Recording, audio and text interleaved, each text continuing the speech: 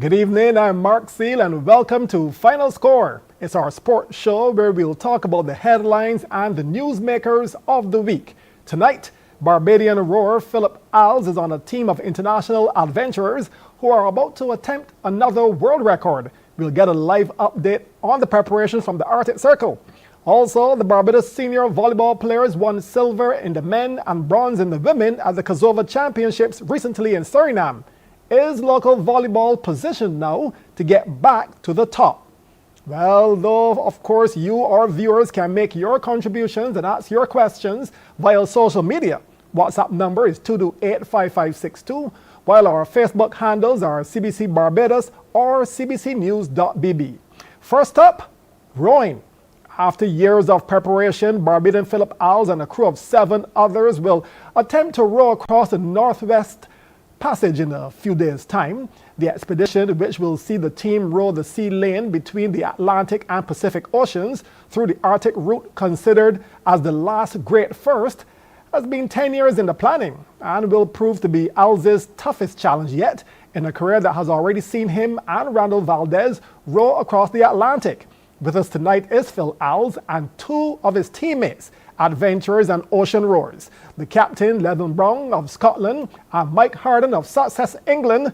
Good evening, gentlemen. We're going to start off with Phil. And Phil, how are you? Where are you? And how are you adapting to what will be sub-zero temperatures once the expedition gets going in earnest? Yes, good evening. Good evening, Barbados. Good evening, fellow rowers. It's a pleasure. Thanks for having us on board this evening. Adaptation have been okay. The temperatures here in Pond Inlet have been anywhere between 1 degree and 10 degrees. Depends on sometimes when the wind blows, it's colder. So I've been doing pretty okay adapting. We're just waiting for Captain Levin Brown and the other 4 team members. The other 3. To arrive with the boat. I think they're around maybe about 70 miles or so away from us at this point. And it's been a little bit of a challenge with the way the ice flows. But he will give you a little report on that area. But Mike and myself, Daniel and my other team member, Andy, we're here. And we're in good spirits. We're just waiting for the boat to come so that we can make the adjustment. And then we start the expedition from this area. And Phil, exactly where are you?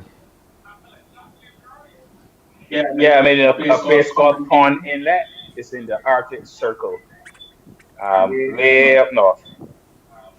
Okay, and Levin, I understand you're still waiting for the vessel to arrive, yourself and the vessel. Give us an update on the status of the expedition. Where are we today?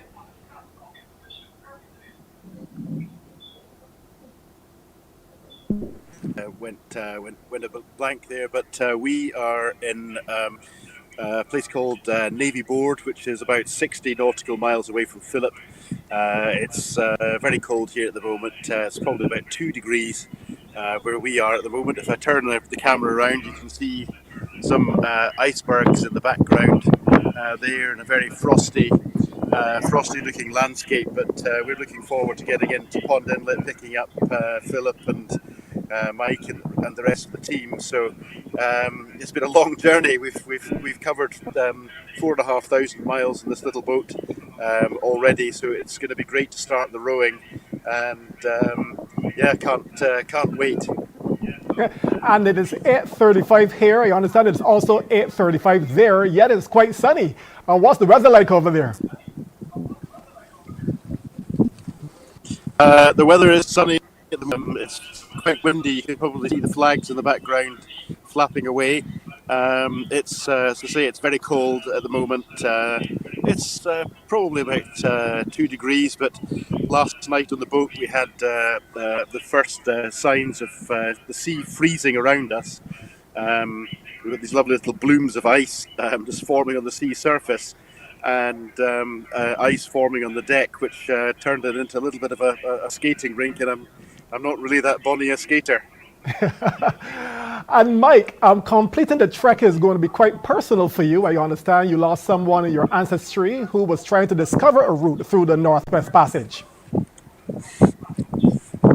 Yes, well, it was a long time ago, so I didn't know him personally, but he's my great uncle.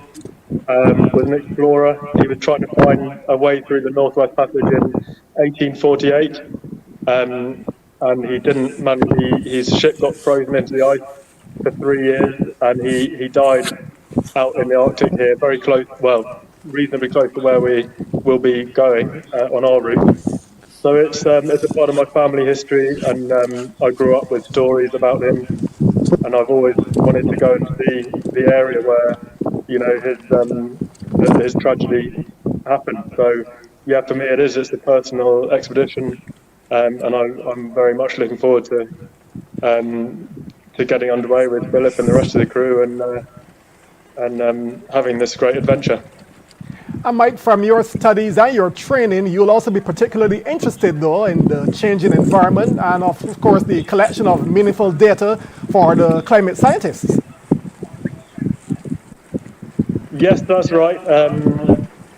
Yes, we do hope to do something useful whilst we're out here.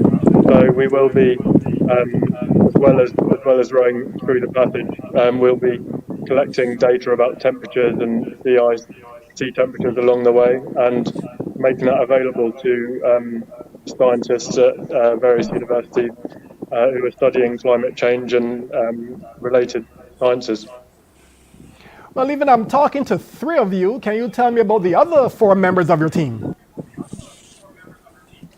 I mean, it's a great process getting people involved in projects like this. But missing from the equation here are the four people on board. Hermione, which is the rowing boat that we're on. We've got Tuppence Mellish from Scotland, Davy Flett from Scotland, and Levar Nystad from the Faroe Islands.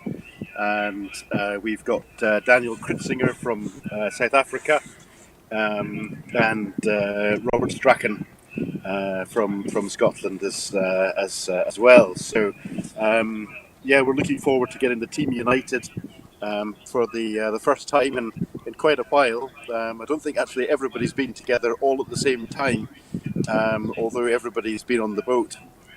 Doing their training and things like that. So yeah, I mean it's fantastic to get the people we've got on board. We've got a tough task ahead of us, so we're all stocking up on our concrete tablets. And Phil, is this your last major trek and an ideal way to bob out, or just another significant notch on your historic belt? Well, I would say first, thank the Almighty. So let's get what we have of us finished, make sure that this expedition and all the safety of all of the team members goes well. And then I think about it later down. But when you're getting up to a level of age, sometimes you know when to bow out gracefully. So this one would determine if I decide to go for something else after. Okay, and finally, Levin, how do we keep tabs on your team's progress as you make the trek? Is there a website that we can follow you guys on? Yes, it's www.nwp November Whiskey Papa expedition.com. There's a tracker on the tracking page, so if you want to see where we are, then that's where to follow us and follow where Philip is on this epic trip. And just one last question. From where you are right now, what's the estimated time that you believe you'll start the trek? Well, that's a great question. We're hoping next week.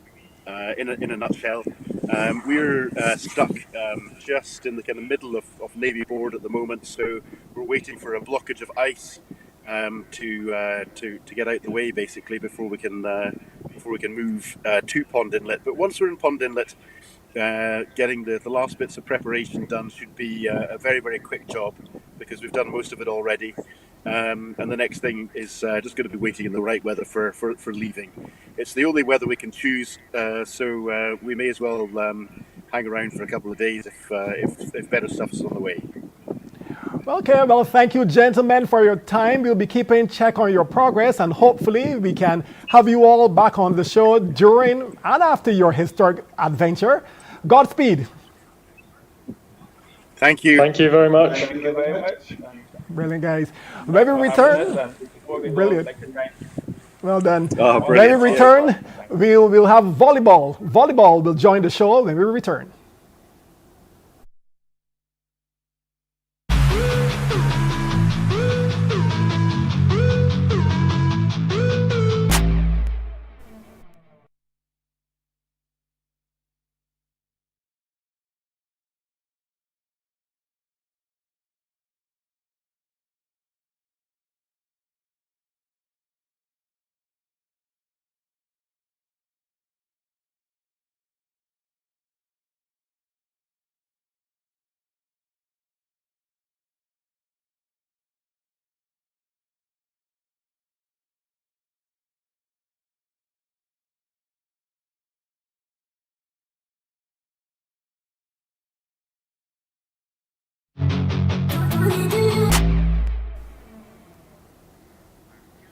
Welcome back to Final Score. Barbados men had to settle for the silver medal after losing the final of the Kosovo volleyball competition to hosts Suriname.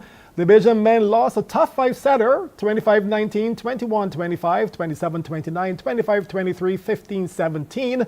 Trinidad and Tobago, by the way, took the bronze. Meanwhile, in the women, Barbados placed third when they defeated Suriname 19-25, 23-25, 27-25, 25-23, 15-12. And Jamaica won the women's title by beating Trinidad and Tobago in their final. So, to discuss the present and the future of volleyball in Barbados are the local association's president, Kenmore Bino, and vice president, Roxanne Fort. Good evening, everyone. And Kenmore, let's begin with you. Give us your assessment of the team and the players' performances last week. Well, good night, Mark. Good night, everyone. Well, the performance of the team could only be described as very pleasing, Mark, because the Barbados teams, we sent the least experienced teams, and we had the smallest teams. So to actually come away with two medals was very commendable. And when you consider that only Trinidad and Tobago would have also captured two medals, and I don't, I do not believe that the COVID virus did our sport any justice, Mark, because the last time that the competition would have been played would have been 2018 when Suriname had won the title, and since then there were no competitions, and our players were very inexperienced going to play at that level. If you look at the girls' team, 10 of our 12 girls, 8 of our 12 girls were teenagers. Two of them that had just turned 20. Then we had one player that was 22 and the other one that was 24.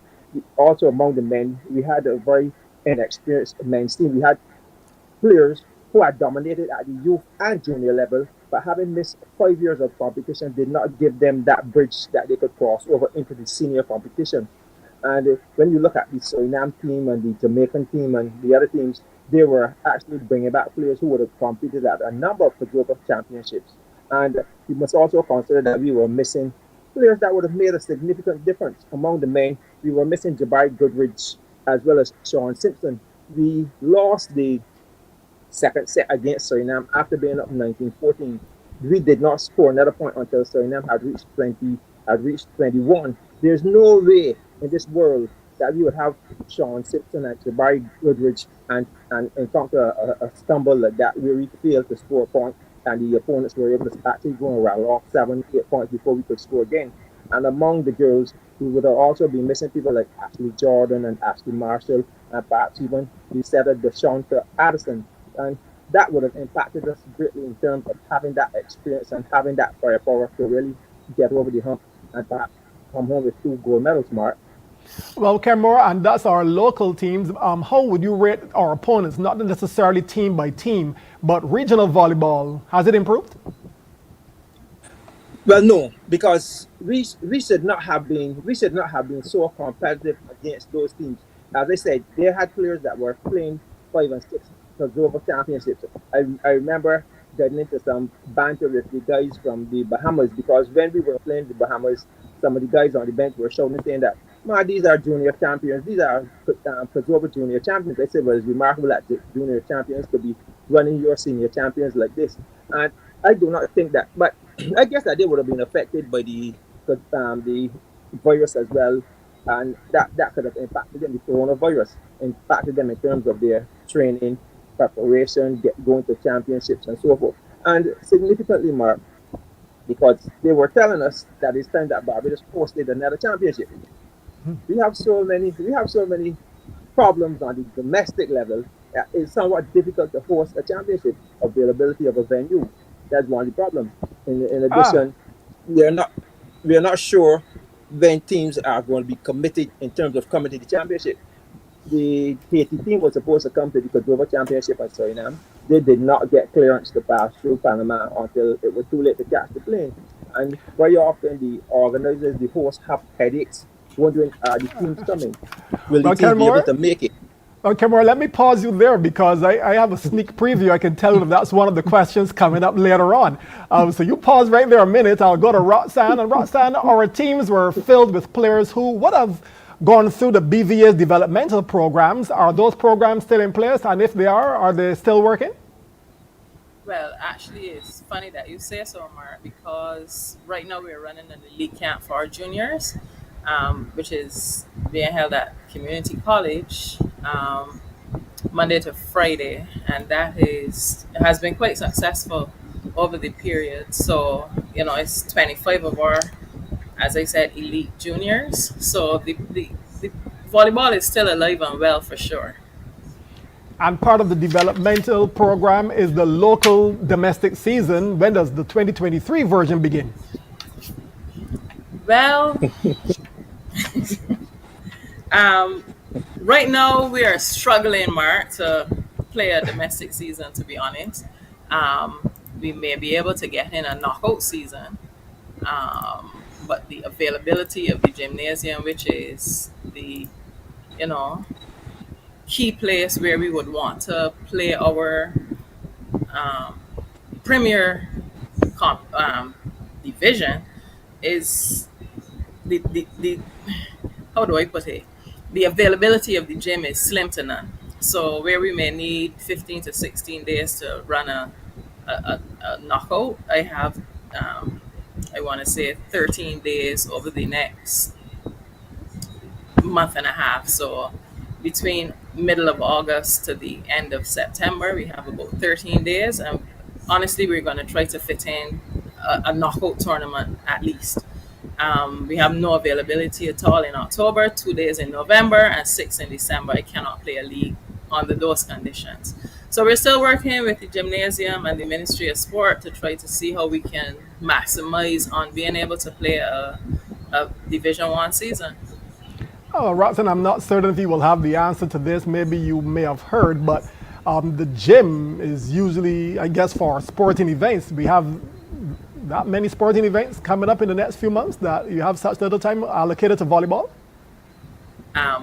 My substantive role is not with the National Sports Council nor with Gymnasium Limited, so I cannot tell you what other sports are going to be dominating the gymnasium over the next couple of months. I know that over the period, I want to say August to December, usually is for the last, like I could say, 20 years. We've been running our Division One competition Sundays, Mondays, and Wednesdays. Everybody looks forward to seeing volleyball in the gym. In the latter half of the year, we start just after basketball concludes. And this year, for some reason, there's something, I don't know, I can't tell you what it is exactly, but something is dominating the gym for the entire month of October. So, and then obviously we know we try to get in the season before NIFCA and, those things that we know we will, have to compete with. So last year we were able to finish the season in like mid-November. And that was playing a very truncated season where we had a league and then the top four teams would have played in the knockout. And that was again because of unavailability of the gym in with the number of days that we would have wanted to be able to run both a league season and a knockout season. So this year, I don't think we're going to, based on the dates, we may not get in a league season, but we're working earnestly on a knockout season. Okay, well, we'll take a break here and come back with questions from our social media viewers.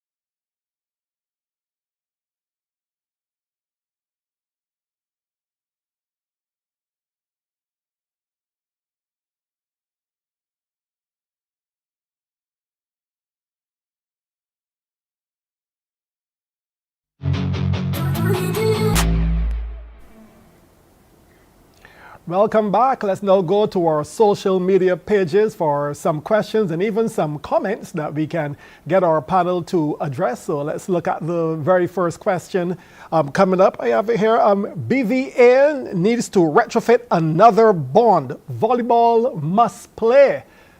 Roxanne, someone is suggesting that no matter what, volleyball must play. How possible is it to get another place like the bond or some other venue?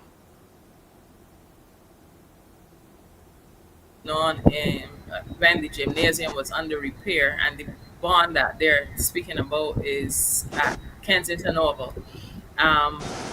The possibility of retrofitting somebody else's facility, I don't know that. And to be honest, the bond it's very close. It doesn't give any runoff space to either side. I mean, they've changed the roof now. It should not be as hot because the solar panel should take the heat out of the space. I have not looked at it.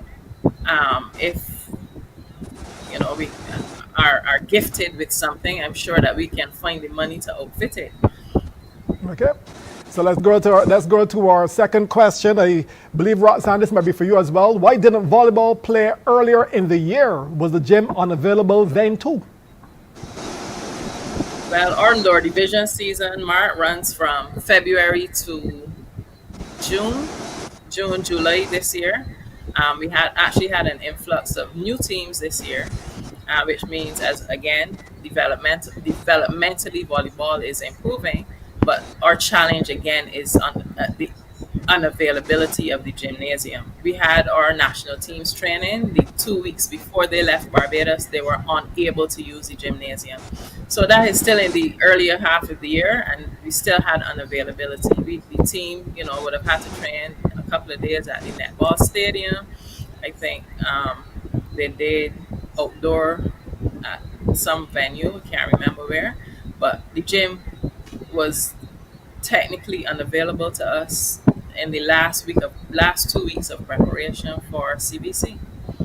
Okay, and I think the next question we can skip by. I think you already alluded to that one already, where there's a question where that the National Sports Council should be on this show to explain why the gym isn't available, but they're not, so we can move on to the next question. How about playing from morning to night on weekends? I guess this viewer is asking if you can actually play full Saturdays and full Sundays to try to make up time. The only day that we have available to us is Sundays, and in the 13 days that we spoke about, I can only get 2 Sundays, which is mid 10th and the 17th of September, I think, were the days that they gave us as available Sundays. We would love to, that's probably what we're going to have to do, just play rallies. And again, the only day that is available to us, we have not asked for Saturdays because it's not normally a day that we would play volleyball. But on several occasions I've said, well, we don't have to stick to our traditional 3 days. We could take any day that is available. But again, that takes away from another sport who is also struggling to find days in the gym. Okay, and Ken Moore, I think the next question is for you. Our men seemed ready, but not the women. I guess you're talking about Kosovo. What's the plan to get them ready? Well, Mark, that is a problem that is not only in volleyball but in basketball. The sports that have the two sexes playing, and that the females tend to lag somewhat behind the males. And we have to consider that our women's national team is a creature created by our domestic competition, and that when we had that outstanding junior competitors like Shirley Holt Boyce and Jane Grant, Arlene Marshall, the likes. They were coming into their own, competing against mature and experienced players. People like Corinne Brathwaite, Belinda Vaughn, Marcia Johnson, people who were already in the national team, senior women national team, and they were competing against them to get into the national team. Fortunately or unfortunately, we have such a tremendous influx of junior players that they are all competing as juniors among themselves for positions on the national team.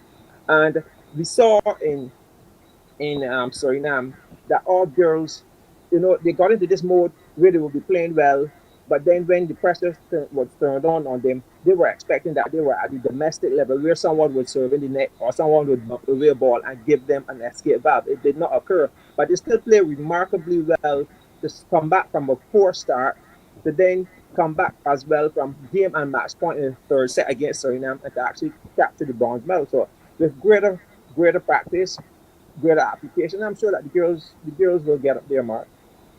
All right, Kenmore, we have 30 seconds, but I think the last question again is for you. You were talking about it earlier. When will we host another Caribbean tournament? We're thirsty for one. 30 seconds, Kenmore. You may be thirsty for one, but we are almost broke. The last tournament that we staged was a junior championship, and it was only 5 years ago or something, so that we were able to clear off all of our debts, which had lasted somewhat like 10 years.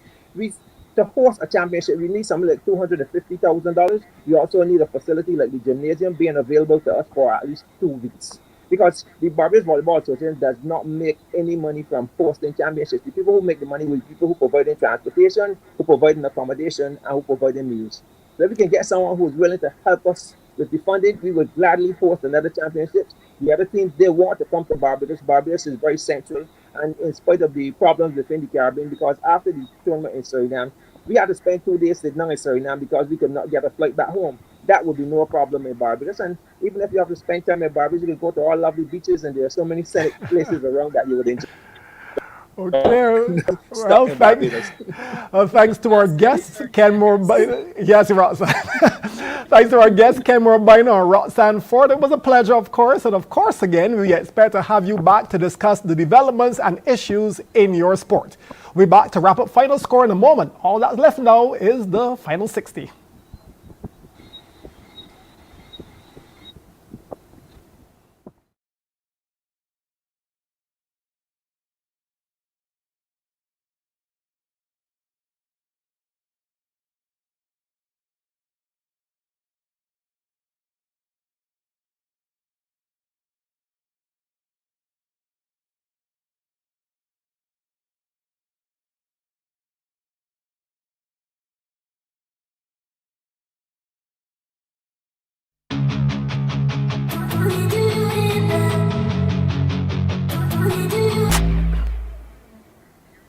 Here's what's coming up this weekend in sports. The 4th and 5th T20 Internationals, Windies versus India, are in Florida tomorrow and Sunday, live on radio 94.7 FM.